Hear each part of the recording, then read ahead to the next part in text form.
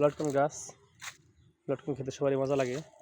এটা আমাদের বাড়ির লটকন গাছ, ছোটোখাটো গাছ। এবার প্রথম লটকন এসেছে, দেখুন বন্ধুরা। এই যে 2-3 ঝোপা হয়েছে আর কি, মোটামুটি ভালো। প্রথমবার ছোটো গাছ, এই কারণে অল্পই ধরেছে। আশা করি সামনে আর ধরবে, কিন্তু সমস্যা হলো রাস্তার পাশে একেবারেই এই পাকা লটকন আমার পেটে যাবে, কিংবা আমাদের বাড়ির মানুষের পেটে একটা হলে যাবে, এটা ভাবা আসলে কঠিন। পাকলে রাস্তার পোলাবান হয়তো শেষ করে ফেলবে। তারপরেও ধরুক, ফেলে খাক, লটকন হোক।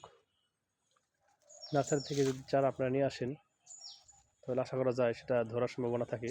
নিজে এই বুনলে আপনার বীজ থেকে যদি বুনেন আপনি, সেটা ধরার সম্ভাবনা একটু কম থাকে তুলনামূলক। যাই হোক, লটকন খাবার দাওয়াত দিলাম, পারলে চলে আসবেন।